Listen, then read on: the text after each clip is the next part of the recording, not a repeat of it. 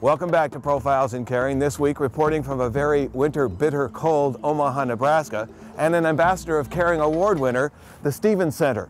And one of the reasons it won that award is for its work with its HERO program. And so now it's time for me to tell you a little bit more. HERO: help, empowerment, recovery, opportunity. They come in a variety of ways. We get several referrals per week from the local probation and parole offices. Sometimes we get walk-ins, sometimes we get referrals from other agencies in town. The waiting lists in town are quite long, and so we pass referrals back and forth so that people can get treatment as soon as possible. In Jennifer's room, there are many reminders of her life away from and out of rehab, and her hopes are that someday those things, that life, including her daughter, will be hers again. It was prescription pills, it was alcohol, it was homelessness, it was almost losing my daughter, it was having a life that was completely unmanageable. 26 years old, not allowed in any pharmacy in all of Omaha, and armed with a 5-hour family pass so she can see her child on the weekends, Jennifer is committed to this HERO program. It is not easy, it's not fun, but it is her last hope. My judge mentioned this place, and I came here and was very impressed, and I needed somewhere that was more long-term. This is my second treatment.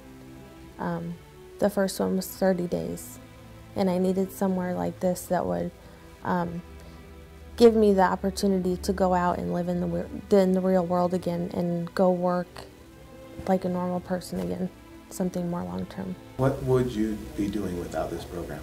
What do you think? Where would you be? I would probably be homeless, or I'd be at my mother's house drinking or trying to get pills. I wouldn't be working. Wouldn't be caring for my daughter like I should be. I wouldn't be living in society. I wouldn't be living like a normal person should be living. Here they can stay up to 2 years. Really? Our program has 3 phases. The first phase averages between 30 and 45 days. That's the short-term residential phase. What phase 2 is, it consists of an intensive outpatient treatment program in the evenings, and they're able to look for a job or get a job and work during the day and still live in a therapeutic environment while getting treatment as well. And then the third phase is the transitional living phase, and that's the phase that they live in the longest if they choose to. It is all part of what the Stevens Center and John L. Hoyt Center for Recovery do. Most of those who find themselves here have dual diagnoses, most often some kind of drug dependence coupled with some kind of mental challenge. This place is always full, 32 beds for women, 32 beds for men, in a dormitory setting but very rigorous guidelines. In fact, during the first 30 days of treatment here, you cannot leave. The first 30 days is really where the brain is healing from the substance abuse, and they're learning how to live without the substance. It's very easy during that first 30 to 45 days to just give up and say forget it. It's easier to be on drugs and on the street than it is to have to deal with all of my problems. So within 30 to 45 days, they get to the point where they understand why they're addicted, they understand what it takes to be clean and sober, and they're more able to look at how to live a productive life. So he'd be sitting there with a cigarette in his hand and a drink, and I came in with the fish and I said, "Dad, look, I got a bullhead." And he goes, "That's my boy, you got a bullhead. That's that big fish, isn't it?" You know? And if those who are trying their best to overcome dependency or mental demons need to be scared straight, it is this man who can do it, John Hoyt. His name is on the outside of the building. The building was constructed on the exact site where his abusive father owned and ran a bar. Irony at its very best. For almost as the phoenix rose from the ashes, so too John Hoyt rose from the torn-down bar to build this center so that others would, hopefully, never even come close to experiencing what he did as a boy. And I start finding my mom would scream more and try to beat on him to leave my sisters alone and leave me alone. And what did he do? He didn't quit. And he would throw her across the room, and then she'd bleed and throw me and continue to beat me and continue to throw my head through drywall and continue to remind me every day a negative attitude that I was a no good, rotten little bastard and never amount to anything. And that was my childhood. That was all I could remember. My happiest days, my very happiest days, is when I went to school, because I could be with teachers. My teachers were my saviors. My kindergarten teacher, Mrs. Kerwin, who became Mrs. Ogle, was my kindergarten teacher and my catechism teacher, you know, through the Catholic Catechism, and those were the best days of my life, because I could be with love. I could be without the fear. I could be without the beatings. I could be without that 3-pack-a-day smoker that he was, and 27 screwdrivers a day he was drinking.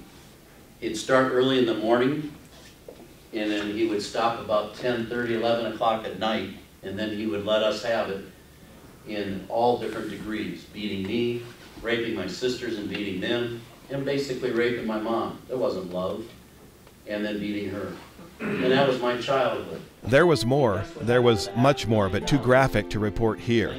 Hoyt became a self-made millionaire by mowing lawns and later wrote a book detailing his ordeal. If you're interested, you can find his story in From the Ground Up, an incredible read from a man who has dedicated his life to helping others break the chains of addiction.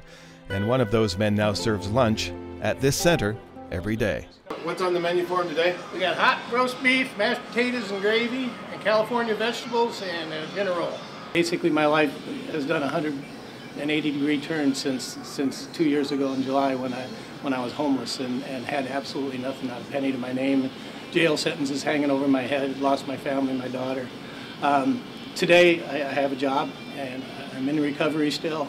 I have a good relationship with my daughter and the rest of my family members, and I feel like I'm doing something in return, for all the people that helped me and went before me in this program. So yeah, there is a light at the end of the tunnel. There's just one thing, you just got to keep doing what they teach you in this program here. It doesn't end. It's an ongoing process, and basically it's not the alcohol and the drugs that is my problem, because I didn't know how to live, and so it's an ongoing thing, and I enjoy learning. So. And the reality is, where would Rick be without this program? Probably dead. Probably either dead or in jail. And for those who work with the Ricks and Jennifers, there is satisfaction knowing their dedication to this program can bring about miracles. The addiction in the family and seeing how addiction tears families apart, speaking of my own immediate family, I saw how it could be pulled back together. I need to help. I need to help other families get what my family got. And so for Rick, graduated from the program, and Jennifer and so many others still in it, there is a bright light at the end of this tunnel because of people like John Hoyt and the Stevens Center who make it happen on so many levels. When Profiles in Caring continues from Omaha, Nebraska and the Stevens Center, the women of the center looking for protection and temporary housing for their children. We'll be right back.